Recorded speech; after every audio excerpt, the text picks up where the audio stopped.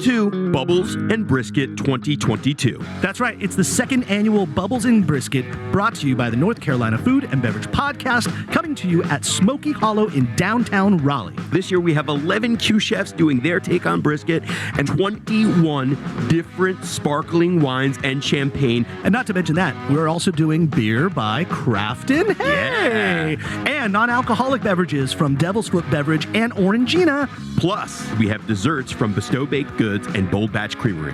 Our friend Sam Suchoff of Lady Edison Ham's just going to be slicing delicious ham, because why not? Hey, wait, do I have to pay for everything separately? No, it's all inclusive, Matt. You get one ticket, one price, all the fun by just going to our website, ncfbpodcast.com. So act now to get your tickets. Brought to you by the NCF&B and U.S. Foods, Triangle Wine Company, Raleigh Magazine, Food Scene, and Devil's Foot Beverage Company. Bubbles and Brisket on June 4th from 2 p.m. to 6 p.m.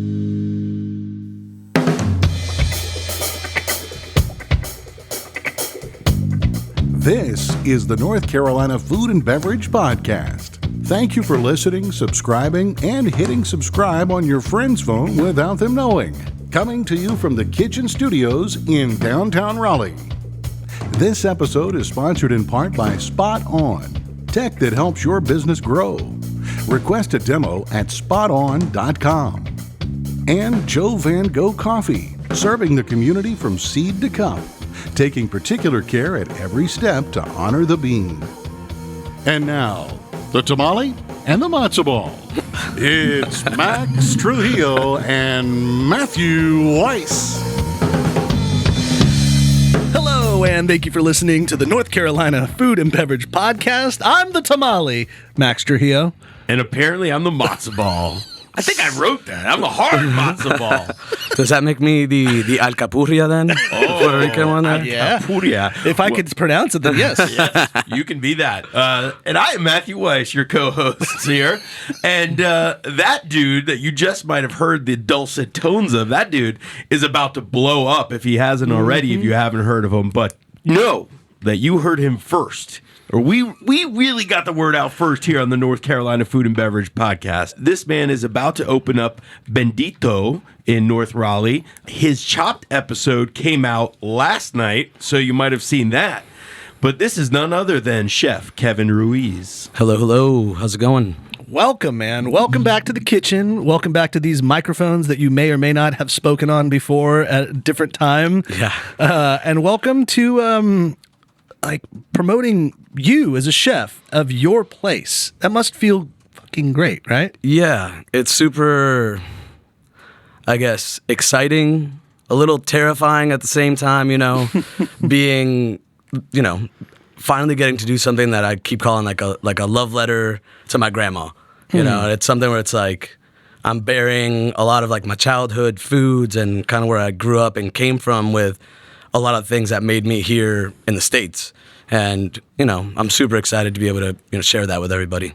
Right. So you are of Puerto Rican descent. Yes. Are you from Puerto Rico? Yeah. Originally? Yeah, originally I was born in Manatí, and then my family, we stayed in Arecibo. I have family in Mayagüez. So really north central of the island, which more a little West Coast. We know we got the better side of the food. We got the better beaches, the best surfing. Yeah, So, this isn't like San Juan where the tourists go and the people think of, or like the city of San Juan. This is like more coastal. Yeah. Well, I mean, it's all coastal. It's an island. Yeah, definitely more coastal. I think a lot more families.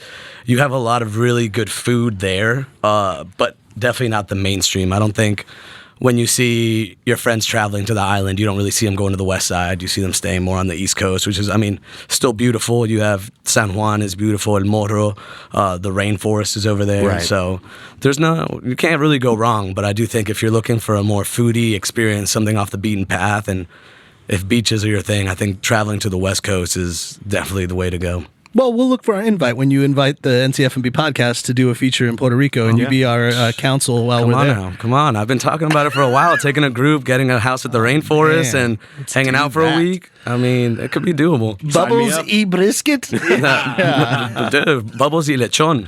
Oh, there you go. Is that what? Yeah, lechon. Yeah. That's what it'd be. Yeah. I love it. All right. Well, so just a little background story. So, Kevin, you've been around our parts and we've known each other. You and I have actually worked together. Yeah. you were not hired by me. And I wanted to start off on this because I thought it was like a funny but silly moment. While I was consulting at Y Hill, I had the proud pride of saying, I've hired every single human that's here. Like I hired everybody in this kitchen or in this restaurant.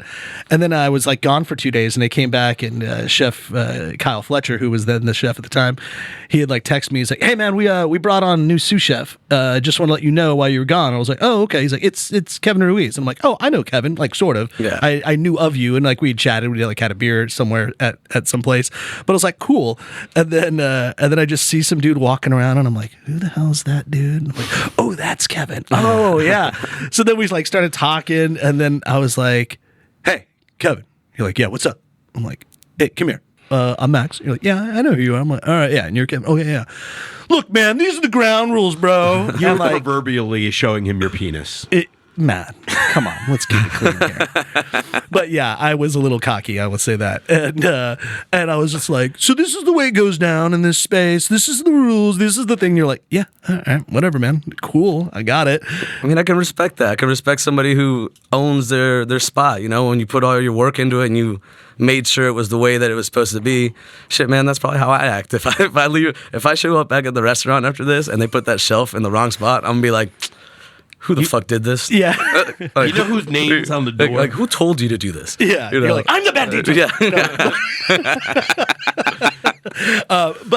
But what I will say, going back to what you said in the beginning about doing your food and your family's food and doing all of that, something that quickly happened in the kitchens at Y Hill was that you started doing like family meal. You started making like food for the staff, and it was not like just some usually family meal, like, which is like the food that we all eat in the kitchens, is just kind of like whatever extra BS that we have. Like, this is what we didn't sell last Some night. stale fries have we been in cracked the an egg on it. Yeah. But like, you were like, no, man, here's like a traditional rice dish that like we do here, or here's this. And like, you still did it. Like, let's be honest, like a lot of that type of traditional food is kind of like cheap food. It was like, that's why it was traditional in that area.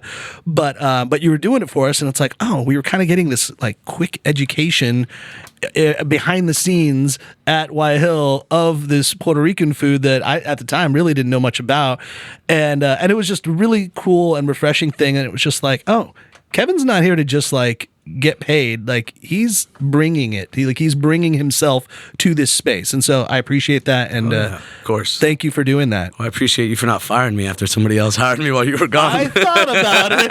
It was a thought. Yeah. Thought better. But you quickly moved up the ranks from there.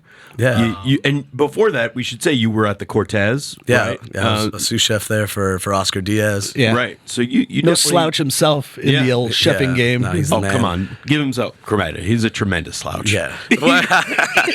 He pretends to be a Raider fan because he wears the Raider hats. I think he he? says he's an actual Raider fan. He always wears it because I think he likes the logo and the colors. But I can't damn him too much for it. If you're gonna wear it, then you're aces in my book. He's still ripping it. Yeah, So. yeah. Next time he's on, we'll give him a Raider quiz. Yeah, but Chef Diaz is awesome. He's a James Beard nominated chef. He knows his shit. He's he awesome. definitely does. Yeah. Yeah, and then after Y Hill, you went on to you got your big boy chops and became an exec. Yeah. I went over to the Rockford, became executive chef there, and yeah, that was kind of like the first kind of step of like getting to do whatever I wanted in a space where, you know, I always said at the time, the Rockford was the oldest restaurant in downtown that nobody knew about. Yeah. You would just walk past it, even though they have the name spray painted or painted on the side of the building on the second floor. Yeah. You know? For those that don't know, like the Rockford is basically in this one little beloved area called Glenwood South in downtown Raleigh, which is kind of the party central area. It's close to the college. It's close to NC State. And a lot of young people go there. There's bars up and down the area. And the Rockford itself positions itself above a bar And so, yeah, it's kind of easy to miss, even though it's got its name written out everywhere. It gets lost in the subterfuge of just Party Central. But I mean, I had never gone. Had you ever gone before Kevin had been there? Not before Kevin had been there. No. Right. Yeah. But then going, because we knew there was a talented chef there, my first experience even there was that we went to 42nd Oyster Bar for some food. And my wife was like, all right, I just want vegetables now. We've just eaten a gallon's worth of oysters. Let's just get vegetables. I'm like, Chef Ruiz is just around the corner. He can make some vegetables. We went in there. We knocked on your kitchen door and we just said, all we want are vegetables. And you're like, yeah. Got you. And then you just pummeled us with plates of food, and it was so satisfying. Like it was, and I'm a huge meat eater, but it was like, oh my God, like all of this was exactly what I wanted. Felicia nailed it as far as like, that was the itch we need scratched, and it was done right. And yeah, you really you threw it down, man. It was awesome. Thank you. I appreciate it. Yeah, it was a really interesting experience going there because, like I said, the Rockford is essentially as old as I am. It was founded in 94, and that's the year I was. So that was kind of my joke. I'm like, this building's as old as I am. It's 28 years old. And, I never went in there to change the Rockford or what it was. I really just wanted to revive it. I really love that it's this little 60-seat bar on top of the hecticness of Glenwood South. And you could be up there having an amazing dinner and look out the street and just see the nightlife party just starting to brew. Yeah. And I love that feeling of finishing a really nice dinner and then walking out and being in the midst of downtown. Yeah. I thought was a really cool dynamic especially to bring to that building. It was a cool vibe. I want to ask you something, and we can cut this out if that's a thing, but I noticed we skipped a spot. Oh, yeah. Are we not talking about that? No, I mean, Lady Luck was its own thing. That was, it was short-lived. It was an awesome experience, and I don't mind talking about it. I know it was short-lived, but it was like, people loved it. It'd be like the current Wanderlust, is that the name of the I think Wonderland now. Wonderland, that's what it's called now. Yeah. Yeah, it was just, that was a really amazing experience. Like you said, after Y Hill, I did skip that. Basically, my last day, I think, at Y Hill was New Year's Eve. Yeah. We finished New Year's Eve dinner. We did all that. And then that was my last day there. And then maybe like a month later, actually 2 weeks before that, my last day, we went to Wynwood to go check out the concept for this crazy thing I had been approached about. They were like, we want you to be the executive chef. We're going to bring in a bartender to be a partner. And, we're going to bring this guy to come do all the consulting and visuals for everything. We're like, cool, like a 3-piece, like, dynamic crew. Went to Miami with one of my partners during Wynwood to go check out what it was like. Yeah. I was not convinced that you could do music and food at the same time. I was like, nobody wants a DJ playing during this. And then I went to Miami and I'm having sushi at 11 o'clock and the DJ's playing behind me and I was like, this is awesome. Yeah. Yeah. And so we went over there, did some research. One of our partners, Megan Corbley, who ran the bar program, we sent her to Japan for 2.5 weeks. She's super talented. She's amazing. Yeah. So she went and did her R&D over there, came back and we put our brains together and we came up with Lady Luck, which again was kind of like our version of what we thought Miami styling could be. And essentially like not just the nightlife part of it, not just the aesthetic, but we wanted to bring amazing drinks, like cocktails that would kind of blow your mind. We wanted to bring food that was just not, oh, cool, we're at a really nice place and we have to pay for this because it's, you're in Miami, you're at the club. It's actually good food that you want to come. And, basically the whole package. And we opened up, I think it was March 13th or 14th. It was Thursday, Friday, Saturday. Sunday we closed. And then Monday I got word from some homies from the AC side and the Crawford side saying that they'd heard they were going to close. And that to me is a very telltale sign. If they're hearing things are going to close, it's more than likely. So we ended up shutting down 3 days after that.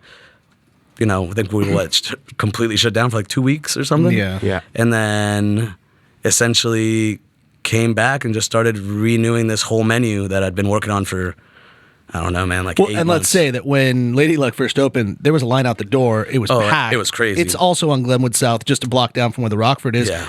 And it's really beautiful. You got AstroTurf and flamingos Gucci and wallpaper. Neon. Yeah, neons everywhere. And it's beautiful and it's crazy. It's silly, tongue in cheek. And I just got back from Miami 2 weeks ago. It definitely has that Miami vibe, and it was meant for fun. Like the whole thing was just built for fun. And so, you guys kind of blew up on the scene real fast. In fact, Megan Corbally and yourself were representatives of Lady Luck here at the This Is Not a Happy Hour event that we did here at the kitchen.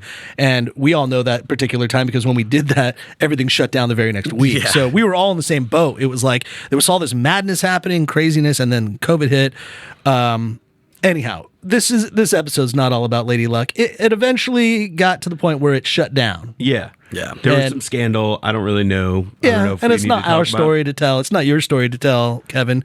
So, but it did. There were things that led to its demise, and it went away. And then, fortunately enough for you, you were able to rebound, open up. Start your menu at the Rockford, and you did that for a time. You were there for what, maybe a year and a half? Almost 2 years. Yeah. Okay. It was definitely a process. The first 6 months was regulars mad at me because this wasn't on the menu anymore. Oh, that's always fun. Or, the price went up on this thing, and they'd been paying the same price for 2 or 3 years, Right. So there was a lot of things that needed to be kind of updated. And, when I went there, I kind of told them, I said, my clientele is probably very different than the clientele that's been coming here. You might lose some of that clientele, but I can promise you're going to gain a lot more. Yeah. And just through word of mouth and through everything else, we'll be able to, basically revive this place and give it the shot in the arm that it kind of needs. And so after 6 months, I would say it started in October or so, that January, I just noticed a complete difference. I think the COVID rules and laws got a little lightened up. That definitely helped. But I think people had either heard about it or have had the food enough where they were like, okay, let's go see what this dude's doing now. Yeah. And that was really awesome. I think I got a lot of love and got some accolades and everything, and had a great time there. Well, speaking of accolades, that got you some notoriety to get on Chopped. Yeah. And I want to talk about Chopped, but first I want to maybe help you out for a second because you're opening up a new business. Yeah. And when we open up a new business, we need things to work. We need our front of the house systems to talk to our back of the house systems, our inventory systems to speak to our POS systems. We need everything streamlined. And you know who can help you do that, Kevin? Who? Spot On Technologies. Yeah. Spot On Technologies. That's right. So they make everything easier for your restaurant business or whatever business you're in terms of their technology by helping you do inventory and streamlining all these things. They can do it. You can do it on an app on a phone. Whatever you need, they can basically custom make your systems for you. So if you're opening up a restaurant or you're opening up some sort of food business, give Tanya Manibo a call. She's the local representative from Spot On. She can really help you. Her phone number directly is 858-213-7820. That's right. You can call her directly. That's Tanya Manibo. Or you can email her, TanyaM@spoton.com. That's TANYAM@spoton.com. And thank you, Elizabeth, for pouring this delicious hot coffee for us to all enjoy. I know growing up in Puerto Rico, you probably had some serious coffee growing up, but we're talking about Joe Van Gogh coffee, and this particular one, not from Puerto Rico, from Rwanda, actually. We're doing the Rwanda Gatetsi Lot 51 blend, which is a quiet, kind of exquisite coffee. It's got notes of golden raisin, a little sweet brown sugar, a little brightness of tangerine. This is a father and son team, Alex and Emi Gahizi in West Karongi, Rwanda. They are the stewards of the land and community that work to produce delicious and sustainable coffee in addition to providing organic fertilizer and farming materials. This particular project started in 2016.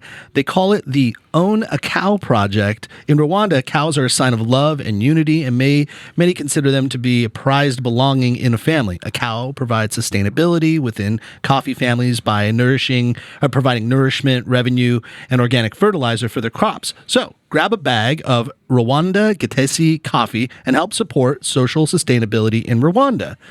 And I would be a total asshole if I didn't just say, you know what else has cows and is fantastic? Brisket. Heck yeah. You mix it with some bubbles, and then you've got an event. And that event is June 4th. That's right. It's coming up real soon. It's about a month away, a little less than a month away, about 3 weeks away, everybody. Tickets are on sale on our website on ncfbpodcast.com. We're having about 10 Q chefs. We say about 10 because that's a moving number. You Right. never know if Kevin says, "Hey, I want to make some brisket," and then we're like, "All right, well, Bendito's on board too." Yeah, now Onse. No pressure. No now pressure. it's Onse chefs. Hey, maybe. Yeah, see how bilingual I am. But we also have 20 some odd champagne producers, sparkling producers. Crafton's bringing their own beer, which is fantastic. We have non-alcoholic drinks like Orangina and Devil's Foot Beverage. Ben Colvin out there, shout out, good dude. And then hip hop. Got some music going on the whole time too. Yeah, we'll have a DJ. We're going to be doing some live podcasting. It's just going to be it's going to be the event of the summer. Let's be honest. Yeah, we're the best. So come on, grab your tickets. Just Google Bubbles and Brisket or go to the NCF&B podcast.com. It's right on our landing page. And also, if you're worried about the kids and like, what am I going to do with the kids? Kids 7 and under, they're free. Bring them on. Mm-hmm. And then there's a under 18 ticket as well because they eat a lot, but they won't be drinking the booze. But they can still come and enjoy the non-A beverages. So we'll see you at Bubbles and Brisket on June 4th. Yeah. All right. Let's talk about Chopped. Let's talk about... So the episode just came out, but because we are in this weird time vortex, I have not seen it yet. Me neither. So what the fuck happened? Where do you want me to start? From the first time they contacted me to when I got to the episode? How did you get on Chopped? So it's super weird. Like, I don't know. I guess now I understand a little bit more how it happens. I guess these agencies have people that have Instagrams that I'm assuming is kind of like a burner account, but it's really for their recruiting. So they have multiple people who are recruiters the way that I would imagine anybody at any other business does. Mm-hmm. And I just got a message on Instagram one day that was from somebody I don't follow. Nobody that I know follows them. And it says like food consultant, coordinator, recruiter, Food Network. I'm like, what the fuck is this? Yeah. And I open it up. Sounds it's like spammy. Yeah. And I open it up and I had gotten one maybe 6 months earlier and I just ignored it. So I got another one. I'm like, what the heck? Cool. So I open it up and they're like, if you're interested, please let me know. We'll shoot you an email, this, that, or the other. And I'm still don't believe that this is real. That is really weird, right? You would think the Food Network could figure out how to get your phone number or call the restaurant or call the PR people for the restaurant. Like DMing you on Instagram sounds pretty elementary. I'm like, I'm pretty sure I have like my email on my Instagram even where you could just send me one through there. But yeah, I email them. I get an email back and like, this is some of the information. You look like a good candidate to be on Chopped. This is the website. They send me a URL and a link and it goes to like the actual Chopped website. So I like go to Google and type in the same shit to see like, does this actually take me to this website? Yeah. Or are they different? Like it's spelled like with an extra P and I'm not noticing it. Yeah. Sure enough, it's like pretty legit. I have a couple friends look at it and they're all like, it doesn't seem fake at all. So I fill out some paperwork and we do a over-the-phone FaceTime interview, and that took about an hour and a half. Oh, wow. Like, they wanted you to like basically like look like how you would dress for the show, and then that took an hour. Then I did another follow-up over the phone, like maybe a week later. That was like 45 minutes, and now I'm like, oh, this is getting real. And then they sent NDAs, and I was like, oh, okay, this is definitely real. Yeah. I had a friend of mine who's a lawyer look over it all to be like, I'm not selling myself, right? Like, I like show up to the set and they're like, congratulations, you're ours. name, image, and likeness. Yeah. So, we basically figured that out. They put us in contact and we're like, how soon can you do that? Usually we do anywhere from like 2 to 4 months out. I'm like, yeah, that sounds great. Just let me know. I'm available any time between then. And they hit me up a week and a half later. They're like, can you come in 4 weeks? I was like, cool. So we ended up driving to Knoxville, which is where the Discovery headquarters are now, where they film everything. Yeah. So not Knoxville, or not Nashville, Knoxville. No. Right, Knoxville. Yeah, which is not as cool. So we pulled up, was there for a couple days, and essentially, we do the shooting for 2 days. First day is bios. So you show up, you send them a couple recipes to like, prepare for you there, and then when you get there, you cook it up, and they do your little intro. I guess usually they would do them at your restaurant, but because of COVID and everything, you basically go to the Food Network test kitchen and do it there. And do you get to like walk through the test kitchen and be like, okay, I like or I guess you bring your own knives. Yeah, right? I brought my own knives, and you're allowed a certain amount, and then they basically had you send them your recipe and they have all your stuff there for you. Okay. To kind of just do the recipe that you're gonna show off for the episode or whatever. we do that. A lot of photos, a lot of saying your name and what you do and where you work and what you're about. I think the first day was 6 hours, something like that, maybe a little less for that minute and a half. That's an easy day, right? Yeah. I mean, I guess so. But do you have to rework your recipes though? Like, because if you're doing something super seasonal, you don't know if it's in season in Knoxville or if they have the right purveyors that are going to get you the quality you like. Like, how do you vet that process? I think mainly they just wanted somebody like something that was gonna be on your menu for a while. Okay. Yeah, so they wanted something that wasn't as seasonal for that reason, so that whenever it aired, people could still go there and get it. Okay. So that was kind of where we landed, something that, if not year-round, was going to be around for most of the year. Well, your episode is titled Sexy Feast. Yeah. And I know this is a podcast, so you can't say it, but back in the day, I remember sitting down with Kyle Fletcher. We were talking about like promoting the chefs of this area, you know, and like the silly, and it's going to make Kevin very uncomfortable, which I appreciate. We were like, oh, there should be like, I think they did like a calendar thing that like Tabletop had done about like sexiest chefs of the Triangle and all that. And we're like, who is the sexiest chef nowadays? Obviously, you know, recent guest of the show, Scott Crawford, is very easy on the eyes, you know, but we're like, but you know, he's like, you know, he's a dad now, right? Yeah. So now who we got to like look down younger, and Kyle Fletcher's like, I nominate Kevin Ruiz. And again, I didn't know you that well. I'm like, which one's Kevin? They're like, you know, he's over there at the Cortez. And then we're on Instagram and we're looking, just two dudes just looking at men on, and we're like, there's nothing wrong with that. And we're like, oh, he is kind of a handsome guy. Oh yeah. And ladies, you know, follow Kevin at, or gentlemen, anybody, follow Kevin on Instagram. You'll understand what I mean. So that's why they probably named this episode Sexy Feast. He's not an ugly TV, not for pods. He's not an ugly chef. Hilarious. So that's a very nice thing. And you got to meet Manit. Chauhan. Yeah. She was recently on our show. Oh, really? We just had her on when we were in Charleston. That's awesome. Got to hang out, and she is a delight, and also lives out there in, she has restaurants in the Nashville area, so she's in Tennessee, so that makes sense that she's on the show there. So walk us through a little bit of the episode. What happened? Now that we've seen it, now we've seen it because it's Thursday when the show comes out, but it did air on May 10th, Tuesday, May 10th. And so, I don't know what happened. Yeah. So, like you said, the name of the episode is Sexy Feast, which I was like, at first, Sexy Feast. I was like, are we going to have to do a Thanksgiving dinner and make it sexy? Like, what does it mean? And so, their whole idea was date night and aphrodisiacs. So, every course had some sort of aphrodisiac or something they would consider sexy or whatever. That just makes me think that everyone wants to do oysters. So funny you say that, because the first course we ended up having oysters. Okay. So I think we had nudie, a charcuterie board.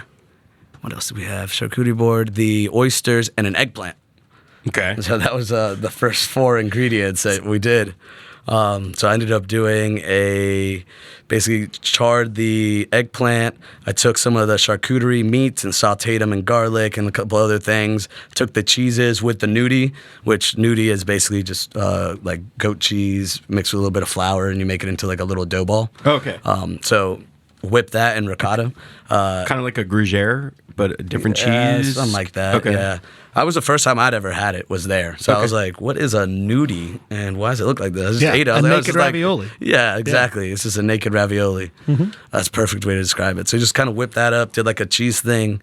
And I remember you could hear the judges like while you're going. And you have one camera person who just chases you. Like they all tell you like, stay behind or whatever, because there's one camera person for each one plus the rest of the crew. So you start running, some motherfuckers right behind you, like, slow down. Like, hot oil all over the Sony camera. Yeah, for real. So I hear the contestants and some of the judges being like, oh man, Kevin hasn't touched his oysters yet. Like, this is the problem.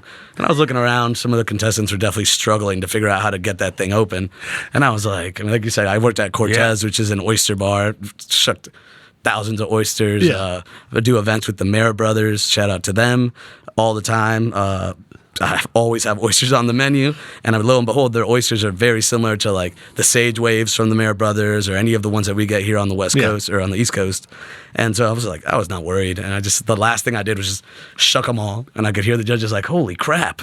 Like he knows what he's doing. It is funny that people get so impressed about doing that. I mean, it is a skill. Not everyone knows how to do it, but once you know, you're like, "Why is this hard?" Yeah, Right. I definitely think it's like riding a bike. Like once you know how to do it, the first couple might take you a second, then after that, you're like, you're just shucking away.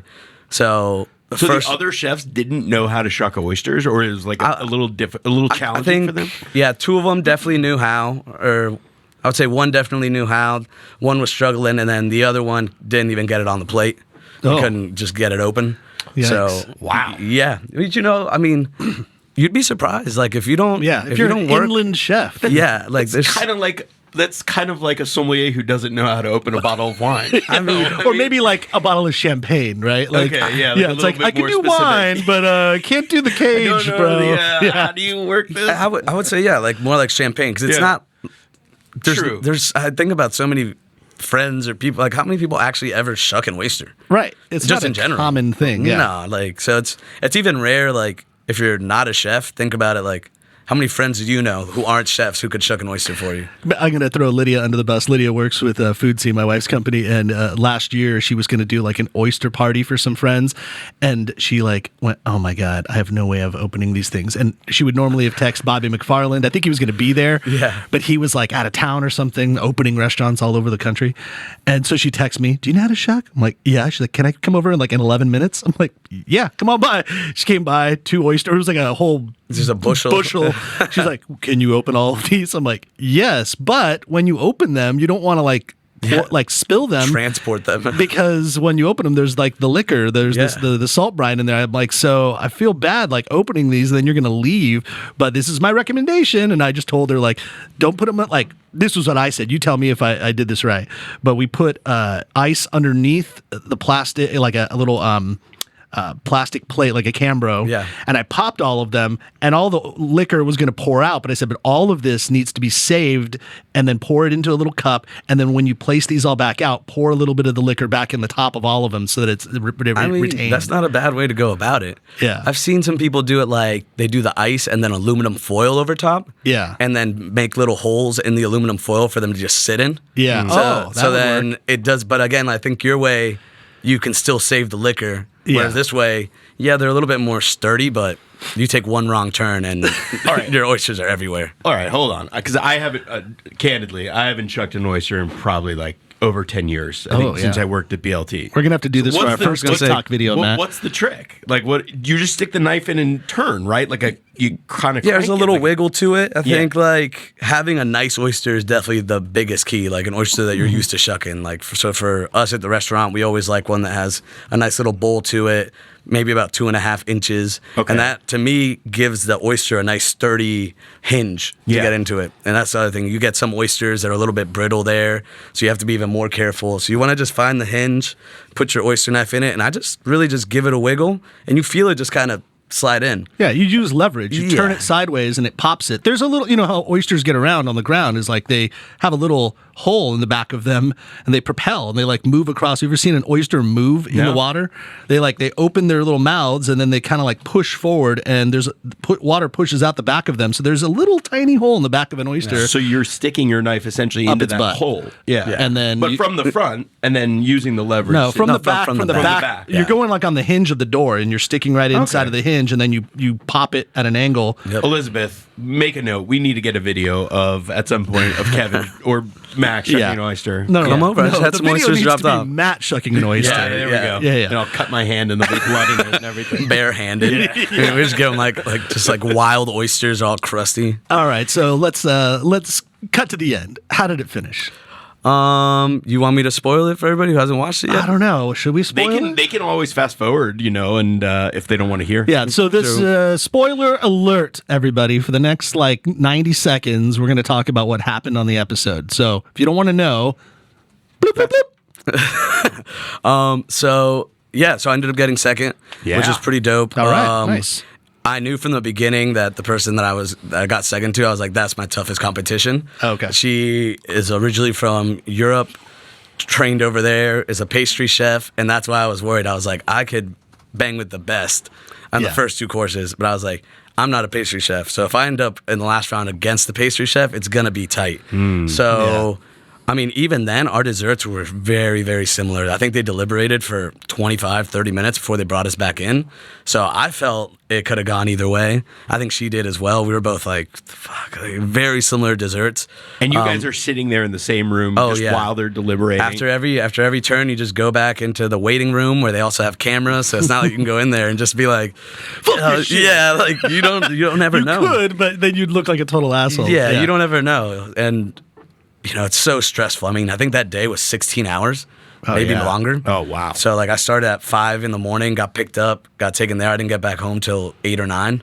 Yeah, that's a long day. And it's a long day emotionally, stressful. right? Yeah. No, I mean, like, drinking coffee to stay awake and alert, the nerves, the cameras, so you're sweating the entire time. Yeah. And you have to be creative on top of being technical. I mean, granted, you do that every day, but you don't have a camera in your face. Yeah. Exactly. And I think, I remember the first round was like, my hands were like shaking. Like, I was like so nervous. I was like, and I'm, like you said, I'm trying to think of what to do while doing it, while also being like, where the fuck is the salt at? Like, you're in a brand new kitchen. Plus, Kevin was looking at his angles and he was trying to make sure that, his forearms were like in the shot. You gotta look sharp. Yeah, man. Camera, it's right here. This is the money shot. That's what you're looking for. Hold on, let me get that. What time is it? Oh, yeah. Full squat into the oven. Like, there's nothing in there. Is this turkey? Oh, there's nothing in there. Sorry, guys. Like he's in the corner, like literally doing TikTok video dance routines, and they're like, "Oh no, don't put me down that TikTok dance routine." That's where I draw the line.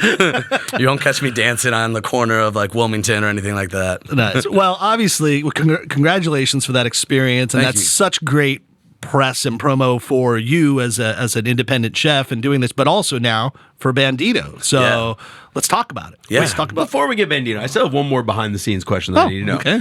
Like when they do the interviews for what you were thinking, and after that, how long after the decision is made are you actually doing Right this? after. Right after. As soon as everybody everything's fresh in mind. First round ends, whoever got cut gets interviewed while they do the little last spiel with the other 3 people, and then it's one after another. Boom, boom, boom. And then you wait, they reset the kitchen, wipe everything down, then you go again.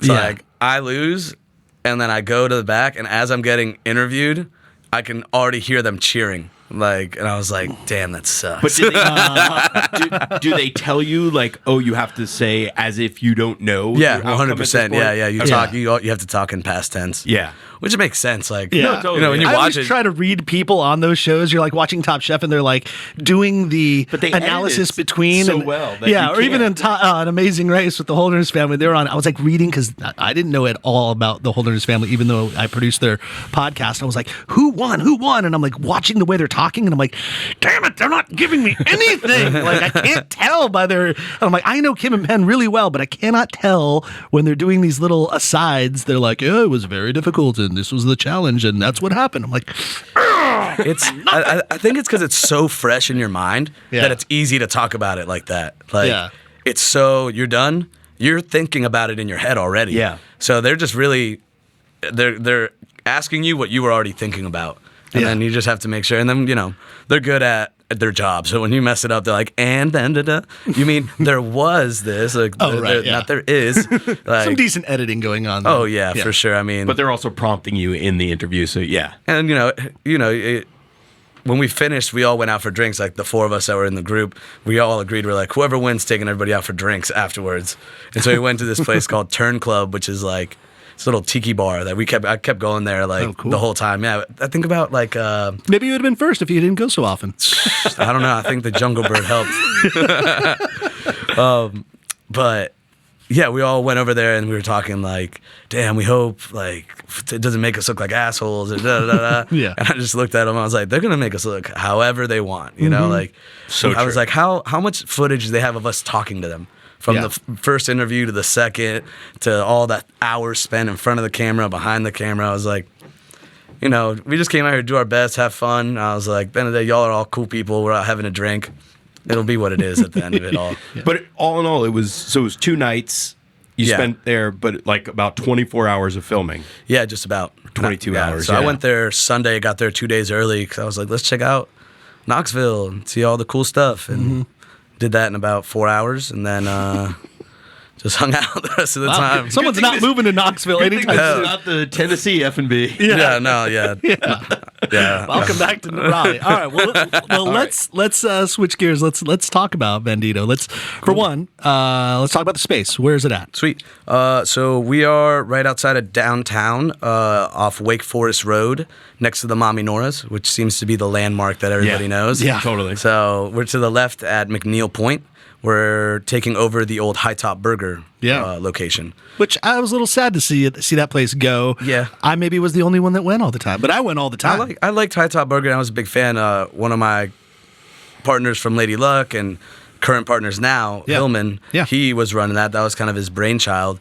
And he was always kind of looking for something more like a Snoopy's, where it's a drive-in, you come in, maybe a couple tables outside.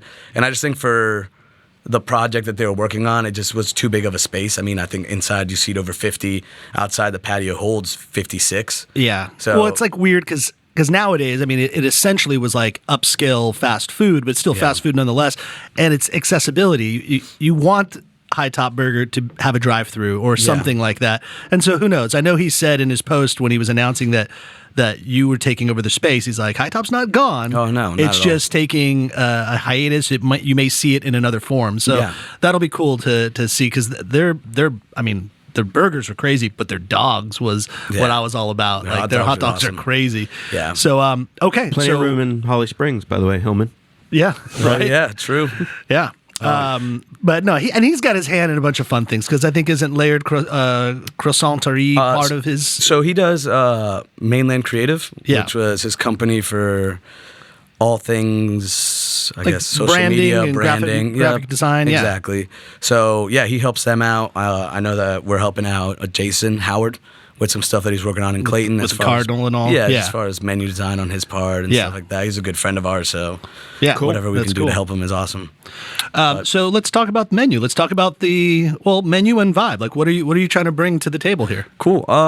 Yeah. So like we said, the space itself for what we're calling it a semi-fine dining restaurant is going to be 50 seats inside, some patio outside, and what I kind of was envisioning was when you go through San Juan or when you go through that and you walk down, the main streets and you have all these little restaurants and bars that are in 200-year-old buildings. But when you walk inside, they're done up. Everything looks beautiful. Everything looks, vibrant. That was kind of what I wanted. Like, we're in a strip mall, so I wanted it to feel like you were walking down and you walked in and you're like, what the hell is this? So, we have the concrete walls. We're trying to have some greenery, a lot of burnt wood, a lot of natural feel to it. And I want to do basically, like we're kind of saying, like a love letter to my grandma from me stateside. So kind of all the food that I grew up eating with her, eating with my family in Puerto Rico and on the island, and then mixing it with the things that I grew up here with, like I love apple cider vinegar, even though we don't use it over there. So we use different ingredients now in different ways. That's cool. And mixing that with all the culinary prowess that I've, gotten to gain over the last couple of years. Which I love that aspect because, somebody who maybe is like looking for the most authentic Puerto Rican food, maybe this is like, they'll come in there and you go, oh, this is not exactly what we would do. Yeah. This is an homage, which is something that, I do a lot of dinners at the Pimento Tea Room. I don't know if you've had a chance to get, speaking about Holly Springs again, because I got a rep. But they do these dinners and they're like, it's an Italian theme, right? And it's like, well, it's not an authentically Italian dinner, but it's with the thought of Italian food and the ideas and the principles, and that's what you're doing. I mean, you are bringing a lot of authenticity to it, of course. Like these are your grandmother's recipes, and you're Puerto Rican. But if you want to use apple cider vinegar or local ingredients, you're going to do that. Yeah, and we use pork belly in our empanadas, which is very not traditional. We braise our pork belly in red wine and soy sauce. So it's again not normal what you would do. So it's not like typical of the Puerto Rican style, or even Southern style. Like nobody's braising their pork belly in soy sauce or maybe red wine. But it's kind of taken these flavor profiles that I've learned to cook with, and then kind of taken on my own. Like when I worked at Mofu, there were so many things there flavor-wise that I would eat, and I'd be like, this tastes like my grandma's food, or this tastes like this. It reminds me of this essence. So that's kind of when I started using more soy sauce, because I realized Mofu, I could, the dumpling shop. Asian style. and just kind of started, realizing other things. And people have been saying like, "Oh, it's fusion. Oh, it's fusion. Fusion." I fucking hate that word. And then I come back to them. Everything is fusion. Exactly. Like, and that's I tell them, I was like, fusion happened when the Spaniards landed in Puerto Rico with their fucking pirates, and they blended with the native Tainos and the native Caribbeans that were already there, that brought the slave trade, and they brought the African cuisine onto the island. And so you already had this diverse culinary field on the island with the Tainos, and it only became that much bigger when the Spaniards brought their spices. They brought these different techniques, all these different things. Like, the word barbecue comes from bucan, which means the barbecue grill that the Tainos used. And the Spaniards took that back to Spain with their lechon and everything. And like buccaneers came from the bucanes, which were the pirates that would hide in the mountains and use the bucans to basically sell food when they were hiding out from everybody up there in Puerto Rico. Nice. It's got a lot of like backstory and heritage that, I mean, even a lot of Puerto Ricans don't necessarily know about it. It definitely doesn't get taught here stateside. Yeah. But, like I get, what is Puerto Rican food? And I kind of have to give them this spiel. And, essentially like now on the island, this cuisine, we call it cocina criolla, which is, it translates to Creole kitchen, but it's not the same as, Louisiana Creole or anything. Yeah.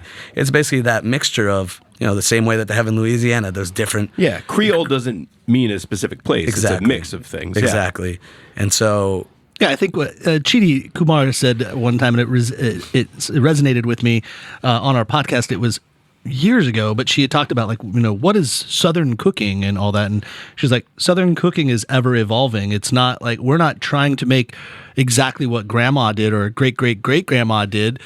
We're making what we're making now, and Southern cooking is always evolving. And so if you think in your head what was Southern cooking, you start thinking back to whether it's an old black lady or an old white lady, a grandma, great grandma. It's like, no, but now there's a guy from Puerto Rico that's here. There's a gal from, southern India that's here. Yeah. There are people from all over the world that are here, and they're cooking, and they're using the ingredients of the space. That is Southern cooking. Yeah. That's just cooking in general, and we're just doing it in this space. So it's kind of nice. You are the evolvement of what we're trying to do in this space. Yeah, and I would refrain from using the word evolvement of myself, but that's kind of where I think it's all going. Like you said, everything's fusion. So now it's kind of like, let's just get that out of our heads and stop worrying about where we're from and why we're cooking a different style. Or if I want to put sashimi on my Puerto Rican menu, I'm gonna put it on there. Yeah. But I just think that's who we are now. Whether you're 28 like me, or even however old you are, we're all eating now in such a different way as we were maybe 15 years ago, even 10 years ago. We could walk down, even in that little shopping center, there's Italian, there's Greek, there's Mexican, there's Puerto Rican. So, and that's in a little shopping center with 10 shops in it. So imagine the way we live down. Peruvian at which is just literally the block right next door. Yeah. So, but you're also doing something that's also, I guess, unique to the space. Is you're doing fine dining. Like, you're doing a higher level of service, especially even in that space. A lot of those places are quick service. They're, just kind of more casual.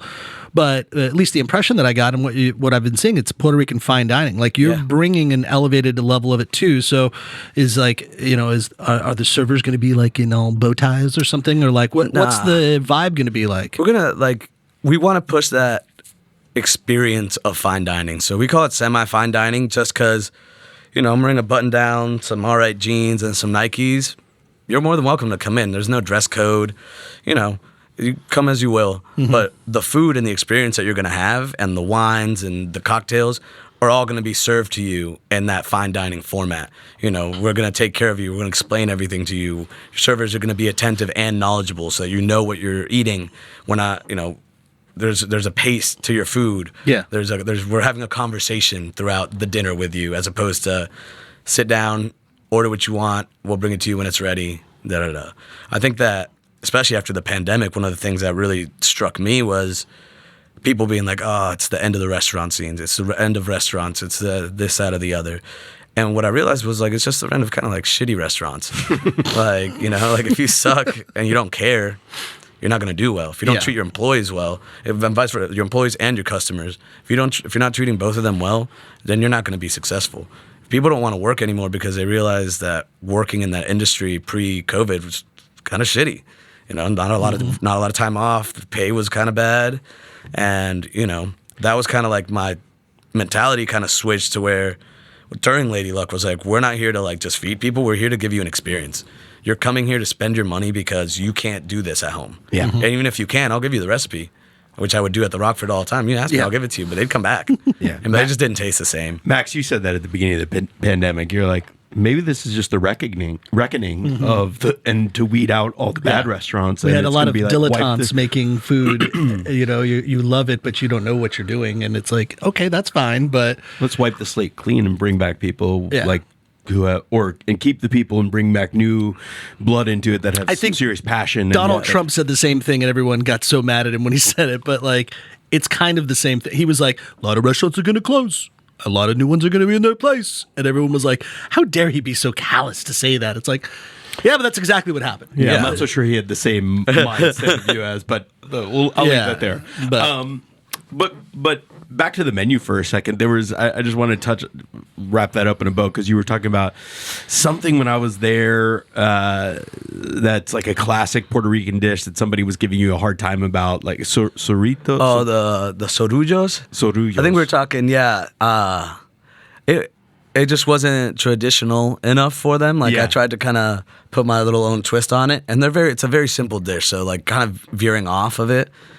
Anybody who gets it's gonna be. What is the dish? Like, sorullo is basically a hush puppy, Puerto Rican hush puppy, essentially. Okay. And you know, I tried to do some with like fresh corn in it, with some cheese. You know, we always have awesome produce here.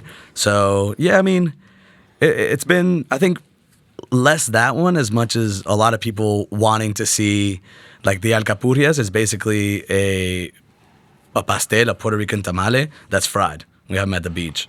So like everybody is craving these like what we call the frituras, all the fried beach food they had when they went to visit the island, which is awesome. I love that stuff. But kind of like where I'm at is I don't want to just serve you guys fried food. Yeah. Like that's not what I want to do. That's not my style. So what I will do is do my, you know, the pork bellies are on there, papa rellena are on there, which is also traditional beach food. It's basically a mashed potato filled with traditionally beef guisado, but we're doing chorizo and manchego at the restaurant, again, to kind of switch it up, and then rolled in cornstarch and fried.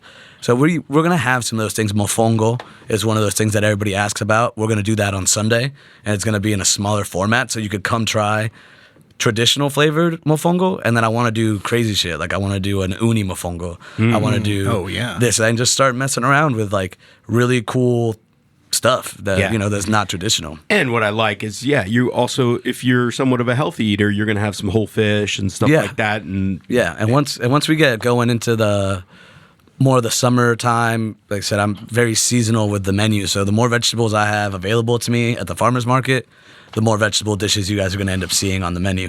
So Felicia can come back and say, we just want vegetables. Hell yeah. Matt, what about let me ask you, Mr. Som, Puerto Rican food. Yeah. What are we drinking with Puerto Rican food? You know, it's funny that you asked that.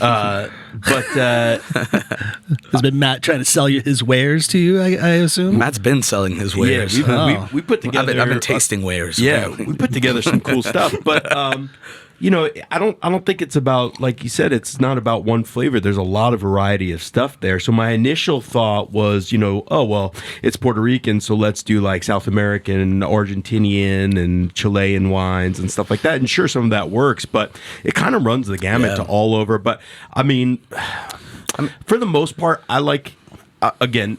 I'm not giving you a direct answer, but I think wines of balance that are not super high in alcohol and let the food really highlight it. Yeah, like I think we kind of decided that like big reds and like traditional big Pinots and stuff like that are like, we're going to have to carry them because somebody's going to want them. Right. But that's not something that's actually going to make the food taste any better. If anything, it's actually going to like fight it a lot, and you're going to be like, you know, feeling some type of way. So I think we talked about this where it's like, just like the food is not traditionally Puerto Rican. We don't need to be just Spanish and South American wine. I think we barely have any. I think we have some maybe stuff from Argentina. Virginia. Yeah, some Virginia got wines, Virginia some stuff. You know what I would Argentine. do? My attitude would be a latitude, my friend. Yeah. You stick with the where Puerto Rico is and look around the globe on that latitude, and the wines that are being produced all around the world, those are the wines that you Yeah, want for that okay. one.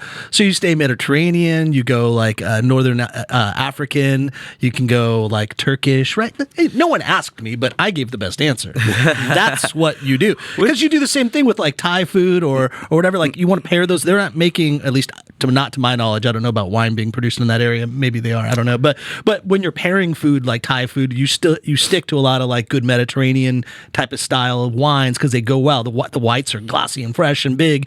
The reds are not too unctuous and heavy. They all kind of can fit in that scope. So I'm glad I added to this part of the conversation. This is great, Max. What you said. Yeah, you're welcome. I think that's what we'll do now. Yeah. Change up the list. Make your attitude about the latitude. Branded hashtag. Yeah. So the one thing I'll leave you with that I really enjoyed is I got a sneak preview, and we sat with your family, and your dad was like, he was so happy because he was tasting the dishes, and I guess he's like, oh yeah, he hit it on that one, like. Oh yeah, and everything that you brought out, he was like, "Oh yeah, this is like we would make it." And I think maybe even he had inspired you, or like he's Yeah, somewhat he of a loves cooking- those clams. He likes to put in the clams were He gets outstanding. upset. Shout out to my dad. He gets upset. He never gets mentioned, even though he cooked a lot growing up. Yeah, he's like, you "Oh, you guys- talk about your grandma and everybody, but you don't talk about me." I get shit every time something gets put out, and he doesn't Yeah, get mentioned. because he was saying he may have created some of the inspiration for that menu. I mean, yeah, I guess so. I mean, my dad cooked a lot when I was growing up, and so did my mom. My parents are divorced, so their styles were both super different. Even though they were both cooking Puerto Rican food, my dad's arroz con gandules tastes different than my mom's.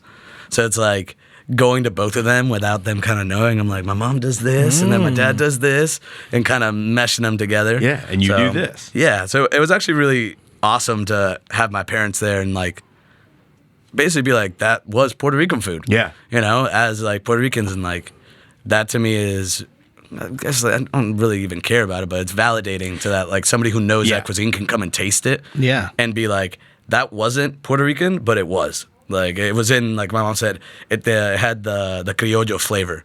Like it tasted like cocina criolla, even though Nice. she was eating beef tartare, even though she was eating things that are not traditionally Puerto Rican. Yeah. Which was, like I said, it's the whole goal to like, it's the homage, the thought behind everything comes with these thoughts. Like I want it to taste like this, or remind you of being on the island without it even being anything that you've ever had on the island. Yeah.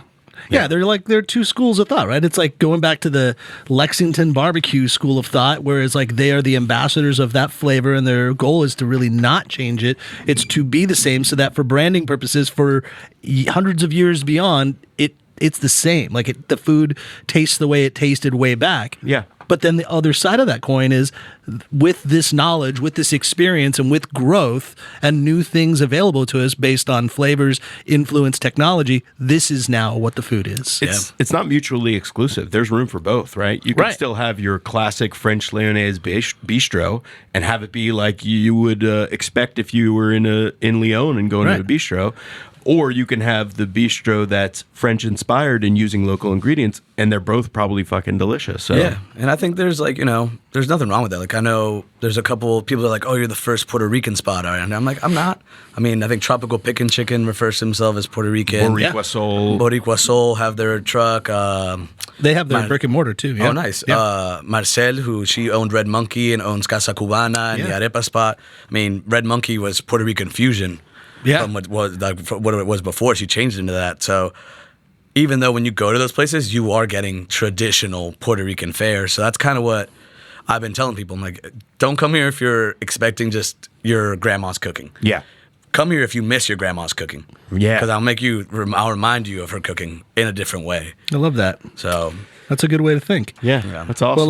Well, Kevin, thanks again for being on the show. thank you guys for having me. We're excited to have you. It's like you're you're one of us in a sense, like in this group of people that have been doing this food in this area for a while, and you've been clocking in and you've been prepping and you've been paying your dues as a line cook and then a sous chef and now an executive chef, and it's great to watch your growth and a TV star, all this stuff. So it's great. We take a lot of pride in knowing that you're opening your own place, like from us, from the boys at the podcast. But thank you. so appreciate it coming in. Before you walk out, we will give you a nice pint of proof alcohol ice cream. It's got 7% alcohol in every pint. Nice. So maybe a little coconut rum that might work well. That might be a flavor there. Yeah. Pretty good.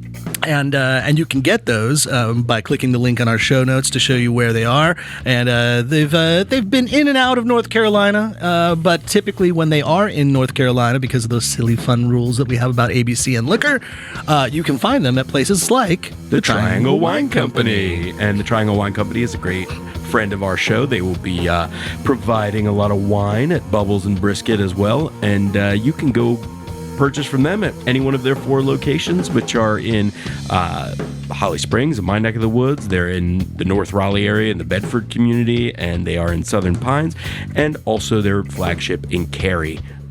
Use the NCFB promo code to receive a discount. You can go online to trianglewineco.com, and they will take care of all your wine, vermouth, and beer needs. But for now, Kevin, thanks again. Congratulations on Chopped. Congratulations on Bendito. We can't wait to go. Thank you very much. And so for everybody out there, go to Bendito. You will eat and drink extremely merrily. Thanks for listening to the NCF&B podcast. And if you've stuck with us this long, review us on iTunes, and remember, 5 stars are encouraged.